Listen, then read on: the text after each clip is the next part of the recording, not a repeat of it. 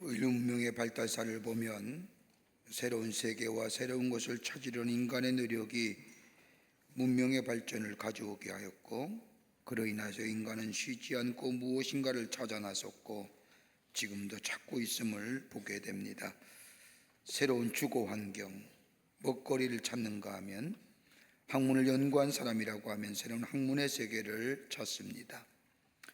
끊임없이 없는 탐구로 인하여 찾아짐은 그때에는 기쁨과 환희를 줄 줄 모르지만 여전히 만족감이 없음을 보게 됩니다. 얼마 전에 뉴스를 보니까 옆 나라에서 우주굴기라고 해서 지구로 만족하지 않고 우주 즉 새로운 행성과 새로운 우주의 세계를 찾아 나섰다는 것을 뉴스로 들었습니다. 새로운 별의 세계, 화성이라는 새로운 세계, 그 밖에 우주의 새로운 세계, 도대체 인간이 살 수 있는 별이 어디 있을까? 끊임없이 찾는 이유가 어디에 있을까요? 여기는 몇 가지 이유가 있을 겁니다. 하나는 인간의 내면에 가지고 있는 끝없는 정복욕 때문일 겁니다. 사람에게는 미지의 세계나 가보지 않는 세계를 정복하고 싶은 강한 욕망이 있습니다. 창세기 11장의 말씀을 보면 저 이스라엘 백성이 바벨탑을 쌓으면서 저들의 생각에 하늘에 무엇이 있을까? 정말 하늘에 하나님이 계실까? 하면서 인간의 능력을 하늘을 점령하고도 남는다는 힘을 가시기 위해서 바벨탑을 쌓은 것을 보게 됩니다. 끝없이 저 미지를 향하여 나아가는 것은 다름이 아니라 인간의 내면 깊은 곳에 자리 잡고 있는 정복욕 때문일 겁니다. 또 하나 있다고 한다면 지구가 살기가 그만큼 힘들어졌다는 겁니다. 자원이 고갈되고 환경이 파괴되고 그러기에 지구 아닌 다른 세계를 찾아야 한다는 겁니다. 그런데 우주 천문학자들에 의하면 지구 아닌 다른 세계, 인간이 거주할 수 있는 환경을 찾는다는 것, 지구 외의 다른 행성을 찾는다는 것은 거의 불가능하다는 것이 전문가들의 의견입니다. 그만큼 지구가 살기 힘들어졌다는 겁니다. 세 번째는 새로운 것을 찾고자 하는 마음입니다. 과학과 기술의 발달로 인하여 새로운 것에 대한 욕구를 부추깁니다. 여러분 가만 생각해 보십시오. 우리의 삶에 얼마나 달라졌습니까? 예전만 해도 경험하지 못한 것들이 과학과 기술의 발달로 인하여 경험되어지고 있습니다. 그 대표적인 얘기가 손안의 핸드폰입니다. 예전에 성경책 잘 갖고 다녔는데 요즘에 성경책 안 갖고 다니지요. 핸드폰에 웹 다운 받아서 웹으로 다 봅니다. 그래서 산송 부를 때면 주머니에 다 손 집어넣지요. 그래서 꺼내는 게 다 스마트폰입니다. 웬만하면 성경 찬송가 가져가는 것도 괜찮습니다. 또 그뿐입니까? 여러분 죄송하지만 얼굴 얼마나 뽀샵합니까? 아닌데 실물 보면 얼마나 우리가 실망합니까? 다 손안에 이루어지는 일들이 있지요. 제 친구 목사가 한번 만나서 이 얘기하는데, 친구 목사가 자기 핸드폰을 보여주는데 핸드폰 그 그림이 아주 예수님이 나오고 푸른 초장에 저 양들이 있는 장면에 사진을 이렇게 사진에 겉붓으로 잡았고 보여줍니다. 근데 좀 이따가 전화가 오는데 저 푸른 초원 위에 그림 같은 집을 짓고라고 하는 그 가사의 내용에 전화벨이 울리는 겁니다. 전화를 한참 하다가 끊고 친구한테 물었습니다. 친구 목사가 어떻게 그런 것을 통화용으로 쓰냐 그랬더니 뭐 어때서? 몰라? 무슨 얘기인데? 그랬더니 시편 23편이야.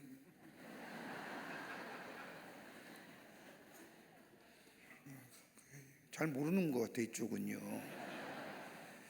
저 푸른 초원 위에 푸른 같은 집을 짓고 여호와는 나의 목자시니 내게 부족함이 없으리로다. 유사하지요? 그거 틀어놓고 시편 23편이라고 얘기합니다. 웃는 얘기겠지요. 그만큼 새로운 것에 대해서 새로운 아이디어에 새로운 창조적인 것들이 우리의 삶 속에서 곳곳에서 일어나고 있는 것을 보게 됩니다. 그런데 성경은 하나님의 말씀은 해 아래 새 것이 없다고 얘기합니다. 전도서 1장 9절의 말씀을 보면 해 아래 새 것이 없도다라고 말씀합니다. 새로운 것에 대한 갈망과 갈구함이 우리 안에 있지만은 지금 우리가 누리고 있는 것들은 엄밀하게 말하자면 새로운 것이 아니라는 겁니다. 예전에 만들어졌던 것이 발견되었다는 겁니다. 그러면서 그 대신에 새로움에 대한 갈망에 대하여 하나님 우리에게 말씀을 통하여 얘기합니다. 호세아서 6장 3절의 말씀을 보면 힘써 여호와를 알자. 여기서 안다는 것은 경험한다는 겁니다.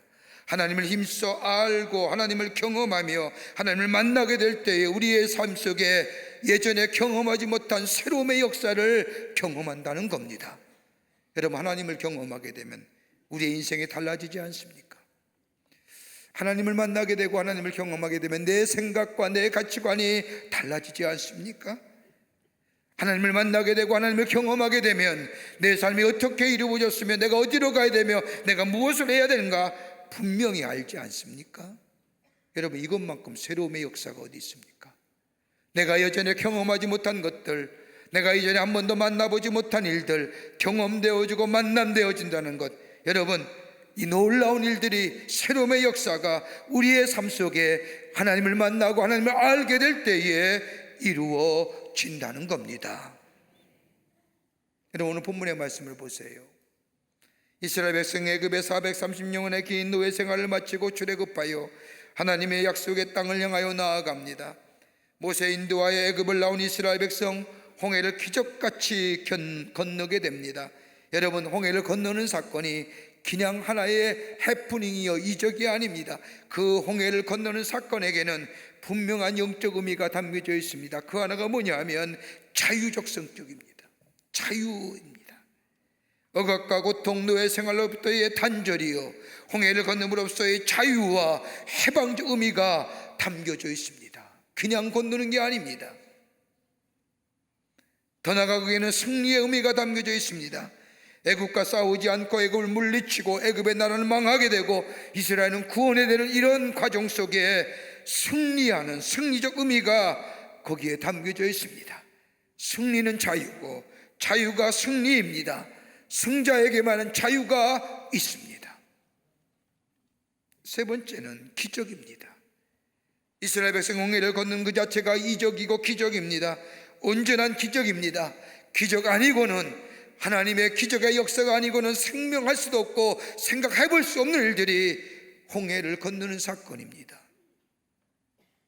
또 하나 있다고 한다면 하나님의 창조적 역사입니다. 인간의 역사에 적극적인 개입하신 하나님의 구속사입니다. 하나님의 구속의 사건이요 인간을 구원하시기 위한 하나님이 인간의 역사에 직접적으로 개입하신 사건이요 계시적 사건이라는 겁니다. 이 사건이 창조적 사건을 만들었습니다. 그러기 홍해를 건너는 사건은 단순히 사건으로 끝나는 것이 아니라 자유의 사건이요 승리를 상징하는 사건이요 더 나아가 창조의 사건이요 더 나아가 기적의 역사입니다. 이스라엘 백성의 능력이 있었던 것이 아닙니다. 저들에게는 아무런 능력이 없었습니다. 출애굽한다는 것 상상할 수가 없는 일입니다. 노예로 태어나 노예 속에 죽어질 없어질 인생님들입니다. 어린 적면 조상 때부터 내려오던 전설 또는 전승을 따라서 우리는 아브라함의 후손입니다. 우리는 애굽의 사람이 아니다. 우리는 하나님께서 택하신 백성이다. 이렇게 가정에서와 그 밖의 장소에서 말했을 것인지 모르지만은 그것은 현실적인 삶에 있어서는 꿈같은 이야기고 더 나아가 자유와 해방은 저들에게 오지 않았을 것이라고 생각했을 겁니다. 성경 말씀을 보면 저들은 자유와 해방을 얻기 위해서 어떤 해방운동을 했다는 기록이 아무것도 없습니다. 간절히 부르짖었다는 기사도 없습니다. 전적으로 무능했던 이스라엘 백성, 하나님이 이러한 이스라엘 백성에게 자유함을 주시고 노예에서 이스라엘 백성을 하여금 애굽으로 물리쳐 승리케 하시며 더 나아가 창조의 역사를 일으켜 저들을 하나님의 구원받은 자유인으로 하나님이 세워주십니다. 여러분, 이것만큼 새로움이 어디 있을까요? 여러분, 우리의 삶 어떠신지요? 우리가 예수 믿고 얼마나 새로워졌습니까? 여러분의 증인 아니십니까? 아직도 옛날의 생각과 예수 믿기 전에 예전의 모습들을 생각하면서 옛날의 모습과 옛날의 삶으로 계속 점철되어 우리의 인생의 여정을 살아가고 있는지요? 예수 믿음에도 불구하고 아닐 겁니다. 여러분, 어떤 더 새로움을 요구하십니까? 이미 예수 안에서 새로워진 우리의 삶, 하나님의 능력을 경험한 우리의 삶. 그런데 오늘 호세아는 우리에게 말씀하고, 하나님을 알 때에, 하나님을 경험할 때에, 하나님을 만나게 될 때 우리의 삶 속에 이전에 경험하지 못한 새로움의 역사, 새로움의 능력들을 경험한다고 우리에게 말씀합니다. 새로움을 위해서 매일매일 새롭게 새로움을 추구하는 우리들의 삶, 그 새로움의 능력을 경험하고 새로움을 경험할 수 있는 비결이 어디에 있을까요? 우리의 삶 속에 수없이 닥치는 수많은 문제와 사건 속에서 그것을 이기고 넘어서서 하나님이 주시는 능력과 새로움의 역사를 경험하는 비결, 오늘 성경은 우리에게 귀한 말씀으로 도전과 더불어 은혜를 주십니다. 본문의 말씀을 통해서 몇 가지로 함께 말씀을 나누며 은혜 받기를 원합니다. 첫째는 하나님을 갈망하라는 겁니다. 그냥 갈망하는 것이 아니라 잠잠하여. 오늘 본문의 말씀을 보십시오. 이스라엘 백성이 한 번도 경험해 본 적이 없는 엄청난 기적의 역사를 경험합니다. 이스라엘 백성이 하나님의 약속대로 출애굽하여 가나안 땅을 향해 갑니다. 하나님의 지시한 대로 따라가는데 앞에는 홍해가 가로막습니다. 앞에는 홍해요, 뒤에는 분노한 애굽의 백성들이 군대가 쫓아옵니다. 이러자 이스라엘 백성 가운데 원망과 불평이 쏟아져 나옵니다. 이젠 죽었구나. 애굽의 공동묘지가 없어서 우리를 이곳까지 이끌어내어 죽게 하느냐, 원망과 불평을 하는데, 여러분, 여기 이스라엘 백성이 한 가지 중요한 잊어버린 게 하나 있습니다. 다름이 아니라 하나님이 애굽에 행하신 일들을 잊어버린 겁니다. 그 박박한 바로의 마음을 녹이셔서 저 애굽에서 나오게 하신 하나님의 그 바로를 향한 10가지의 재앙 잊어버린 겁니다. 하나님의 그 엄청난 능력, 더 나아가 하나님께서 약속하신 가나안 땅의 약속도 잊어버린 겁니다. 눈앞에 홍해가 닥치고 뒤에 분노한 애굽의 군사가 쫓아온다는 그 현실의 모습만 바라보며 입에서 불평의 이야기가 나옵니다. 그러기에 출애굽기 14장 14절의 말씀을 보면 이러한 이스라엘 백성을 향하여 하나님은 모세를 통하여 말씀하시기를, 두려워하지 말고 서서, 가만히 서서 여호와께서 너희를 위하여 행하시는 구원을 보라. 우리는 읽지 않았지만 앞절에 나오는 말씀을 보면 적어도 4가지에 대하여 하나님은 이스라엘 백성에 대하여 잠잠하라는 겁니다. 두려워하지 말고 가만히 잠잠히 서서 너희를 위하여 행하시는 구원을 보라. 뭘 잠잠히 해요? 하나는 뭐냐? 말 조심하라, 말하지 말라는 겁니다. 원망과 증오, 시기와 질투, 시비와 비판을 멈추라는 겁니다. 우리의 삶 속에 밀려오는 수많은 사건과 문제 가운데 그 앞에 있다 할지라도 우리의 입에서 시기와 저 증오와 원망과 불평의 말 하지 말라는 겁니다. 여러분, 시편 62편 5절의 말씀을 보면 다윗이 저 압제자들에 의하여 고통을 당할 때 하나님 앞에 고백하는 시편의 고백이 나옵니다. 다윗은 압제자들의 고난과 박해 가운데 악을 악으로 갚는 것이 아니라 그 엄청난 시련 앞에서 조용히 이 다윗은 이렇게 고백합니다. 나의 영혼이 잠잠히 하나님만 바라보며 나의 구원이 그에게서 나는도다. 더 나아가 62편 5절의 말씀을 보면 더 깊은 곳에서 더 심연의 고백을 합니다. 나의 영혼이 잠잠히 하나님만 바라라. 나의 소망이 그에게서 나는도다. 여러분, 이 말씀은 다른 사람에게 하는 것이 아니라 자기 자신을 향하여 말합니다. 나의 영혼아 잠잠하라. 원망과 불평과 시기와 질투의 얘기 버려라. 하나님만 바라보아라. 그에게서 소망이 나는도다. 여러분, 말이 우리의 인생을 좌우하죠. 셋째여가 우리의 모든 것을 얘기하는 거예요. 침묵하라는 게 아닙니다. 하나님께 소망 두라는 겁니다. 하나님 우리의 구원자 되십니다. 더 나아가 욕심과 정욕을 제어해버리라는 겁니다. 우리 안에 끊임없이 끓어오르는 이 욕심과 끝도 없는 이 정욕, 이거 가라앉혀야 됩니다. 여러분, 요가나 묵상이나 동안에 거한다고 해서 우리의 욕심과 우리의 정욕적인 것이 사라지는 게 아닙니다. 그때만이지 지나고 나면 또다시 우리에게 불쑥불쑥 솟아오르는 우리의 이 욕심과 이 정욕적인 것들. 바울은 이미 알았기에 그는 갈라디아서 5장 24절에 내가 그리스도와 함께 정과 욕심을 십자가에 못 박았느니라. 예수께서 십자가에 달려 돌아가실 때에 내 정과 욕심도 다 십자가에 못 박아 내가 죽었느니라. 예수가 부활하실 때에 내가 새로운 생명으로 부활했느니라. 그러므로 이전 것은 지나갔으니 내가 새 것이 되었도다라고 얘기하는 거예요. 예수가 내 안에 계심으로 내 정과 욕심과 욕망이 제어됩니다. 아니, 사라졌습니다. 성령이 내 안에 계심으로, 성령이 나를 이끌어 가심으로 내 인간의 욕심과 이 정욕적인 것이 가라앉습니다. 제어됩니다. 통제됩니다. 새로운 존재로. 더 나아가 잠잠하라는 또 하나의 이유는 하나님께서 하신 일은 과거에 대하여 얘기하지 말라는 겁니다. 여러분, 과거에 대한 생각과 미련을 버려야 됩니다. 후회하는 일, 억울했던 마음들. 여러분, 하나님의 능력을 제한하는 것이 뭘까요? 하나님의 능력을 제한할 뿐만 아니라 우리를 미래를 향하여 나아가게 하는 발목 잡는 게 뭘까요? 내 과거의 일들 아닙니까? 과거에 창피했던 일들, 과거에 얼굴 화끈거리게 했던 것들, 과거에 수치스러운 일들.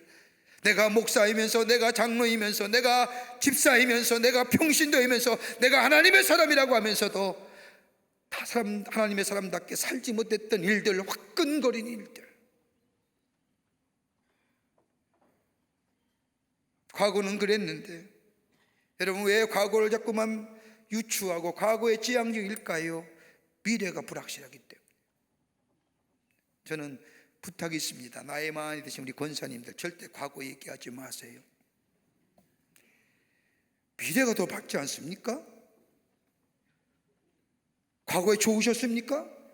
과거에 다 어려우셨잖아요. 그러면서도 과거 얘기하는 것은 뭐예요? 미래가 불확실하기 때문에. 옛날에 좋았는데, 옛날보다 지금이 더 좋습니다. 안 그래요? 더 좋아요. 더 나아가 잠잠하라는 얘기는 미래에 대하여 근심과 두려움에 대하여 말하지 말라는 겁니다. 장래가 어떻게 될 것인가, 미래의 불확실성, 이 시대가 어떻게 갈 것인가. 여러분, 역사의 주관자는 하나님이 되십니다. 인류의 역사는 하나님이 지고 계십니다. 때로는 거꾸로 돌아가는 것 같지만 나중에 보면 제대로 돌아가 하나님이 원하시는 방향으로 하나님이 이끌어 가심을 우리가 믿어야 됩니다. 그러기에 미래에 대하여 근심과 걱정 내려놓습니다. 미래를 하나님의 장중에 맡겨버리십시다. 하나님의 손안에 있음을 우리가 믿고 우리의 입에서 나오는 부정적이고 저 염세적이고 비판적인 얘기 잠잠하라는 겁니다. 그리고 하나님께 시선을 고정하고 하나님께 소망 두라는 겁니다. 하나님이 하십니다라고. 안소니 디 멜로라고 하는 사람이 쓴 책 가운데 일본 지혜라는 책이 있습니다. 이 책에 보면 한 이야기가 나옵니다. 한 젊은 수도사가 나이 많은 수도사를 찾아와서 묻습니다. 제가 어디 가야 하나님을 찾을 수 있을까요? 제가 어디 가야 하나님을 만날 수 있을까요? 많은 명상도 하고 고행도 하고 수도도 하고 기도도 했지만 하나님을 만나보지 못했습니다. 어디 가면 하나님을 찾아볼 수 있을까요? 이 얘기를 듣더니 노 스승이 젊은 사도에게 얘기합니다. 야, 너 옆에 계시는구나. 화들짝 놀라서 무슨 얘기입니까? 어디 계신다는 겁니까? 제 눈에 나무니 보이는데요, 왜 저 눈에는 보이지 않습니까? 라고 이야기하자 이 노 사도가 뜬금없이 이 젊은 사도에게 술 취한 사람의 이야기를 합니다. 자네는 술 취한 사람의 죄집을 못 찾고 헤매이며 사람을 똑바로 알아보지 못하고 비틀거리는 이유를 아는가? 글쎄요, 술 취해서요. 그러자 이 노 스승이 말을 이어갑니다. 무엇이 너를 취하게 만들었는지를 알아내어라. 하나님을 보기 위해서는 취해 있지 아니하여야 하느니라. 취한 것으로 깨어야 하느니라. 그래야 하나님을 볼 수 있느니라. 우리를 혼동케 하고 우리를 혼미케 하는 게 뭘까요? 거기서부터 깨어나야 된다는 겁니다. 나를 혼미케 하고 내 마음을 주장하고 내 마음을 혼동케 하는 것으로부터 깨어나야 하나님을 볼 수 있고, 그 하나님을 보게 될 때 하나님의 능력을 경험하게 되고, 그 하나님의 능력을 경험할 때 우리의 새로움의 역사를 경험하는, 내 마음을 취해 혼동케 하는 것이 뭘까요? 하나님을 갈망하고 하나님께 시선을 고정하는 삶, 이 삶 속에는 장애물이 막혔다 할지라도, 홍해가 막힌다 할지라도 하나님께 시선을 고정하며 바보스럽다 할 정도로 우직하게 우리의 걸음을 주님과 함께 걸어가는 자 될 때에 새로움의 역사, 창조의 역사를 경험하는 하나님의 백성의 삶으로 살아가게 될 줄 믿습니다. 두 번째는 좋은 곳으로 준비하고 계시는 하나님께 순종하라는 겁니다. 준비하는, 좋은 곳으로 준비하고 계시는 하나님께 순종하라는 겁니다. 오늘 홍해 앞에 있는 이스라엘 백성에게 하나님이 원하시는 것이 무엇일까요? 다름 아닌 하나님을 향한 믿음과 더불어 하나님의 말씀에 대한 순종일 겁니다. 오직 믿고 순종하라는 겁니다. 철저한 믿음을 요구하시는 겁니다. 이러한 믿음을 요구하신 것은 홍해를 건너고 아니 건너고가 아니라 그 사람의 일이고 인간의 일이 아니라 하나님의 역사라는 겁니다. 애굽에서 10가지의 재앙도, 기나긴 애굽의 종살이를 자유케 하신 것도, 홍해가 갈라져 들어가는 것도 다름이 아니라 하나님을 향한 믿음과 하나님을 믿는 믿음에 대한 순종이 새로움의 역사를 경험하는 거예요. 여러분 한번 보세요. 홍해가 가로만졌습니다. 어떻게 갈라졌을까요? 모세가 지팡이를 들어 치게 될 때에 갈라집니다. 갈라졌어요. 그 다음에 건너가는 역사는 어떤 걸까요? 대단하게 하나님께서 구름꾸러기를 일으켜서 불기둥을 해서 몰아가신 거 아니에요. 내가 스스로 하나님의 행하신 기적을 믿으며 내 발걸음을 그 홍해에 내딛게 될 때에 홍해가 육지같이 갈라지는 역사를 경험하고 건너가는 거예요. 엄청난 순종이 아니에요. 그 말씀에 한 말씀에 순종하여 한 걸음 내딛는 거예요. 적은 순종이 기적을 경험하는 거예요. 그런데 순종하면 굴욕적이고 맹목적이고 아무 능력이 없고 뭐 이런 분들이 순종한다고 하지만, 여러분 가만 보십시오. 순종은 그것이 아닙니다. 순종하는 것은 나를 순종케 하는 자에게 내 책임을 전가하는 겁니다. 자유로워지는 거예요. 하나님의 말씀에 순종하는 건 뭐예요? 내 책임을 하나님께 뭐예요? 드리는 거예요. 그러므로 나는 뭐예요? 자유하는, 순종할 때에 굴욕적이고 굴종이고 부자유 이게 아닙니다. 오히려 홀가분하고 자유로운 존재가 되는 겁니다. 여러분 이스라엘 백성에게 저들에게 순종을 요구한 이유가 어디 있을까요? 하나님의 놀라운 능력을 경험하는 것이 순종의 걸음인데, 이것을 의미하는 것이 뭘까요? 하나님다는 것이 아니라 하나님이 저들과 함께 계시고 저들을 보호하신다는 사실을 다시 한번 저들에게 확인시켜 주시기 위함. 또 하나 또 한다면 사랑에 계시지요. 내가 너를 사랑하고 있다는 것. 여러분 사랑이 무엇일까요? 사랑한다는 것은 상대방의 처지를 알고 상대방의 모든 형편을 알고 사랑하는 것을 얘기합니다. 상대방이 어느 수준에 있는지를 알고 그의 약점과 미의 미숙한 점과 다 이해하면서 사랑한다는 것이 진정한 사랑의 모습입니다. 하나님 이스라엘 백성을 잘 알고 계십니다. 형편과 처지를 알고 계십니다. 이스라엘 백성을 불온한 직행의 길로 인도하신 이유는 창세기 13장 17절의 말씀을 보면 저들이 저 남쪽으로 내려가다가 전쟁을 보면 저들이 돌이켜 애굽으로 돌아갈까 봐 아는 거예요. 우리 하나님은요.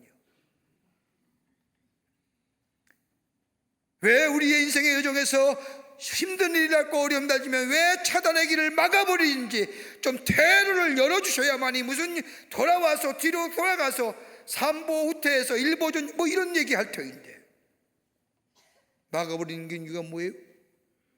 우리를 하나님이 잘 아시기 때문에. 돌아가면 다시 일어나지 못할 것 같아서.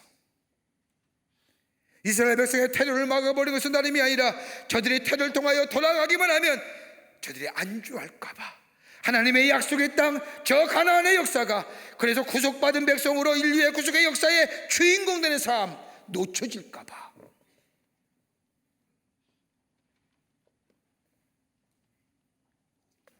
그래서 홍해를 열었다가요, 열었으면 한번 계속 열어두시지 닫으신 거예요. 왜요? 돌아가지 못하게, 다시 옛생활로 돌아가지 못하게 하시기 위해 홍해를 건너게 하시고 홍해의 퇴로를 막아버리신 거예요. 또 하나 뭐예요? 하나님이 말씀하신 것은 하나님이 책임진다는 거예요. 책임지신다는 거예요. 내가 말한 것 내가 책임진다는 거예요. 그래서 가라면 갈 것이고 오라면 올 것이고, 순종하게 될 때 우리 하나님이 좋은 것으로 새로움으로 하나님께서 우리에게 허락해 주신다는 거예요. 순종은 뭐예요? 새로움을 창조하는 거예요. 나만이 그랬지 않습니까? 순종할 때에 새로움이 경험되지 않습니까? 저 어린 소자 하나가 저 보리떡 5개와 물고기 2마리를 하나님 앞에 드려질 때에 새로움의 역사, 저 가나의 혼인잔치에 저 물두덩이에 예수님의 말씀에 순종하게 될 때에 새로움의 역사를 경험. 대단한 거 아닙니다. 순종의 첫걸음이 있었을 때에 거기에 새로운 역사를 경험하는, 이스라엘 백성이 하나님 말씀에 순종할 때에 새로움의 역사, 홍해가 갈라지고 육지같이 걷며 하나님의 기적의 역사를 경험한 것처럼 여러분, 우리의 삶 속에 주의 말씀에 순종하는 것, 순종이 제사보다 낫다고 말씀하는 것처럼 순종의 첫걸음을 내디게 될 때에 거기에 이전에 듣도 보지도 못한 새로운 역사, 새로움의 역사를 경험하게 되는 줄 믿습니다. 믿음은 순종 없이는 안 되는 겁니다. 끝으로 하나님 편에 서는 겁니다. 겸손한 마음으로, 순전한 마음으로 하나님 편에 서는 겁니다. 오늘 14장의 말씀을 읽었지만 15장의 말씀을 보면 이스라엘 백성이 하나님의 구원의 역사를 경험한 후에 저 애굽을, 저 홍해를 건넌 후에 하나님 앞에 찬송하지요. 하나님 앞에 찬양하지요. 감사의 찬양입니다.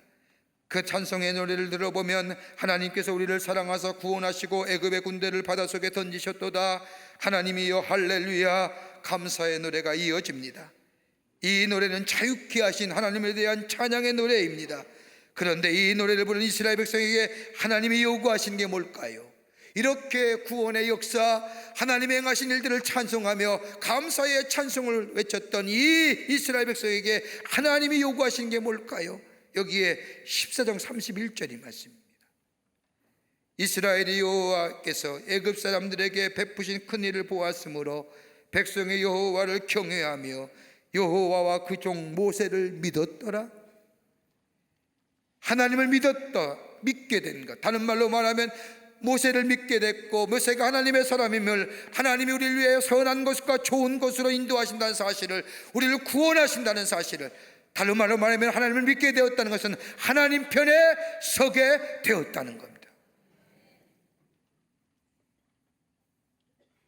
듀크 대학의 기독교 교육학 교수인 존 웨스트 호프 교수가 쓴 책 가운데 기독교 신앙 안에서 자녀를 양육하라는 책을 보면 신앙의 단계가 3단계 있다는 거예요. 하나는 뭐냐? 귀속적 신앙이에요. 이 신앙의 단계는 어렸을 때에 독립적으로 믿음을 가지지 못할 시기에 말을 배울 때 하나님을 배우고, 기도를 가르치고, 성경을 가르치고, 성경 읽는 법을 가르치고, 예배 드리는 법을 가르쳐 귀속된 신앙, 이거 다 처음에 갖는 신앙의 모습입니다. 근데 그보다 한 단계 너무 좀 나은 신앙이 있다고 한다면 탐구의 신앙입니다. 굴곡이 심합니다. 이 생각도 하고 저 생각도 하고 때로는 신앙의 독립을 위해 방황하는 단계입니다. 경험도 많이 하게 됩니다. 회의도 갖게 되고요, 다시 돌아오기도 하고요. 이런 반복적인 사이클 가운데 점차로 신앙이 자라납니다. 3번째 단계가 있다고 한다면 성숙한 단계입니다. 피상적으로 알던 하나님이 아니라 나의 하나님으로 받아들입니다. 귀속적인 신앙 단계를 거치고 탐구적 신앙의 단계를 거쳐서 비로소 성숙한 신앙의 단계에 답니다. 비로소 나를 향한 하나님의 뜻을 발견하게 됩니다. 단순히 나의 삶은 나의 삶이 아니라 하나님의 기이한 이적과 기적 속에 나의 삶에 녹아져 있음을 깨닫고 고백하게 됩니다. 하나님이 나의 삶의 주인 되심을 고백하게 됩니다. 그리고 입에서 하나님을 향하여 감사 고백이 넘쳐납니다. 하나님 감사합니다. 이 고백은 곧 나의 신앙의 고백이고, 이 고백은 바로 하나님 편에 서는 고백입니다. 2007년 9월 18일 날 미국 카네기홀의 카네기 멜론 대학 강당에 46살의 젊은 교수인 랜디 포시 박사가 강연을 합니다. 그 강연의 제목은 당신의 어릴 적 꿈 진짜 이루기란 제목을 가지고 강의하는데 무려 400명의 학생과 교수가 그 강의에 참석합니다. 근데 그 당시 이 랜디 포시 박사가 강연할 때에 이 포시 박사의 상태가 어땠느냐? 췌장암 말기입니다. 이미 사망 선고받은 교수입니다. 죽을 날만 기다리는 사람입니다. 그래서 그의 강연의 제목을 라스트 렉처, 마지막 강연이라 제목을 붙였습니다. 그의 강연은 동영상으로 전 세계에 전송되어 무려 1천만 명의 사람들이 유튜브와 그 밖의 동영상을 통해서 강연을 듣고 감동을 받습니다. 그때에 오프라 윈프리가 그 강연을 듣고 전화를 걸습니다. 당신 정말 췌장암 말기에 걸린 사람 맞습니까? 어떻게 당신의 그 강연이 어떻게 그렇게 생동감이 넘치고 소망을 주고 꿈을 줄 수 있습니까? 라고 질문하자 이 랜디 포시가 얘기하길, 내가 죽고 난 다음에 엄마와 함께 이 세상을 살아갈 세 자녀를 생각했기 때문입니다. 다른 말로 하면 저들에게 소망을 주고 저들의 꿈을 줘야 했기 때문입니다. 그러면서 그는 이야기하기를 몇 가지 얘기하면서 마지막으로, 여러분 매일매일 감사하며 사는 인생 사십시오. 그 말을 남기고 그는 1년 후에 세상을 떠났다고 합니다. 주님 앞에 고백하는 것, 감사의 고백하는 것, 그 고백 속에는 하나님을 믿고 하나님을 온전히 섬긴다는 고백, 하나님이 나의 삶을 인도하셨다는 고백이 그 속에 담겨져 있는 거예요. 한 해 마무리됩니다. 어떻게 살아오셨는지요? 앞으로 남은 시간 어떻게 정리해야 될 것인지요? 아니 또 우리의 삶 속에 어떤 문제가 우리 앞에 가로막고 계시는지요? 알 수는 없지만 하나님 편에 서십시오. 하나님을 갈망하시고요, 나의 영혼이 잠잠히 하나님만 바란다고 하는 이 고백 속에 하나님이 우리를 구원해 주시고 홍해와 같은 그 어떤 것도 넘어가게 하시고 우리에게 좋은 것으로, 우리에게 풍요로운 것으로 우리의 삶을 위하여 준비하고 계실 줄을 믿습니다. 하나님을 기대하며 하나님을 성화하며 그분의 능력을 바라보며 나아가 올해 한 해도 풍성한 마지막 열매를 거두시는 여러분과 저와 되시기를 주의 이름으로 축원합니다. 하나님 감사합니다. 저희를 사랑하시고 지키시고 인도하시는 은혜 감사합니다. 잊어버리고 살 때가 참 많았습니다. 망각하고 살 때가 많았습니다. 그러나 뒤돌아보니 하나님의 은혜와 사랑이 나의 삶을 여기까지 오게 하셨음을 고백합니다. 감사합니다. 하나님 편에 서는 자 되게 하시고 내 삶에 홍해 같은 어려움이 있다 할지라도 하나님께 소망을 두고 하나님을 바라는 저희들 되게 하여 주시며 저의 의지하여 좋은 것을 예비해 주신 그 하나님의 음성에, 그 하나님의 말씀에 순종하는 자들, 새로움의 역사를 경험하는 저희들 되게 도와 주시옵소서. 감사하며 예수님의 이름으로 기도하옵나이다. 아멘.